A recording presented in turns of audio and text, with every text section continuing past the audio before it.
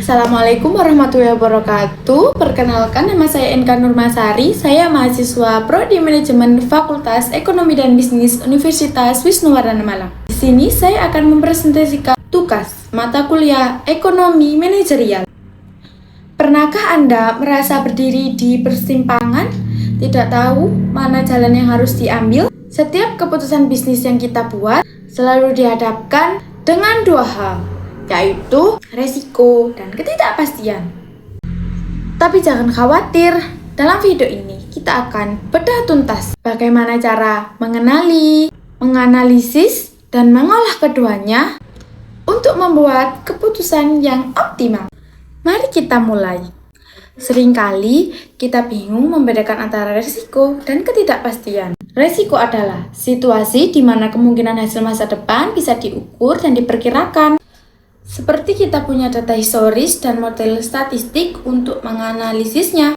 Misalnya, investasi saham yang memiliki resiko karena kita bisa mengukur probabilitas untung atau rugi berdasarkan data historis atau analisis pasar. Sebaliknya, ketidakpastian adalah situasi di mana kemungkinan hasil masa depan tidak bisa diukur dan diperkirakan. Kita bahkan mungkin tidak tahu semua kemungkinan hasilnya. Contohnya seperti perubahan regulasi pemerintah yang mendadak adalah ketidakpastiannya, karena sulit untuk memprediksi kapan dan bagaimana regulasi itu akan berubah. Poin kuncinya yaitu tidak semua ketidakpastian itu bisa dirubah menjadi resiko yang bisa dihitung.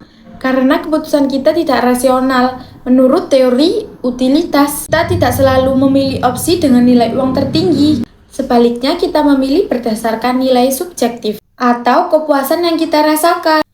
Hal tersebut yang bisa melahirkan 3 jenis preferensi resiko, yaitu penghindar resiko. Mereka lebih milih risiko yang lebih rendah, walaupun potensi keuntungannya lebih kecil. Contohnya seperti investor yang memilih deposito bank daripada saham. Yang kedua yaitu netral resiko. Tipe ini hanya berfokus kepada nilai harapan moneter, tidak dipengaruhi oleh tingkat resiko. Yang ketiga yaitu pencari resiko. Mereka bersedia untuk mengambil resiko tinggi untuk keuntungan yang lebih besar. Lalu bagaimana cara mengambil keputusan saat ketidakpastian itu begitu tinggi? Yaitu menggunakan teknik Maximex untuk yang optimis, di mana kita menggunakan alternatif dengan hasil terbaik. Untuk teknik pesimis, yaitu memilih alternatif yang paling buruk, yang lebih baik.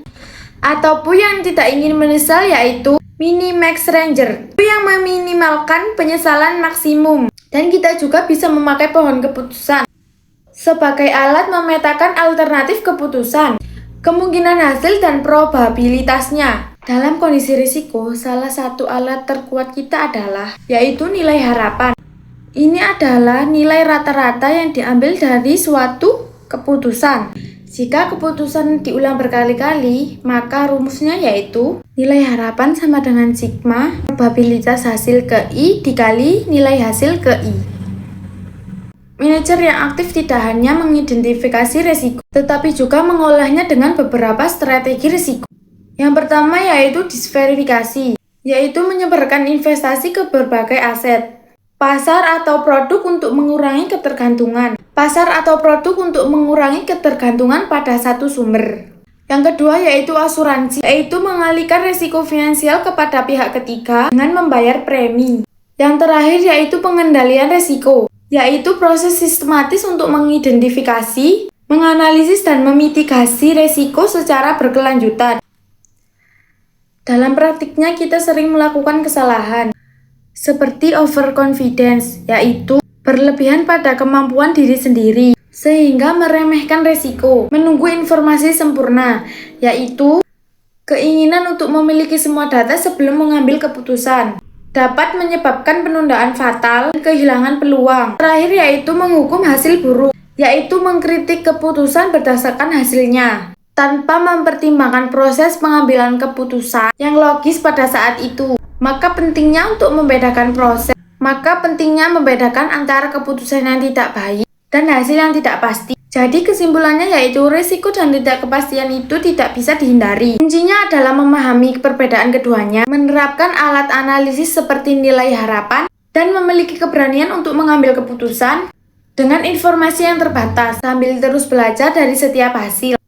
Dengan pendekatan ini, bisnis Anda tidak hanya akan tapi juga berkembang di tengah tantangan. Terima kasih yang sudah menonton, semoga videonya bermanfaat. Sampai jumpa.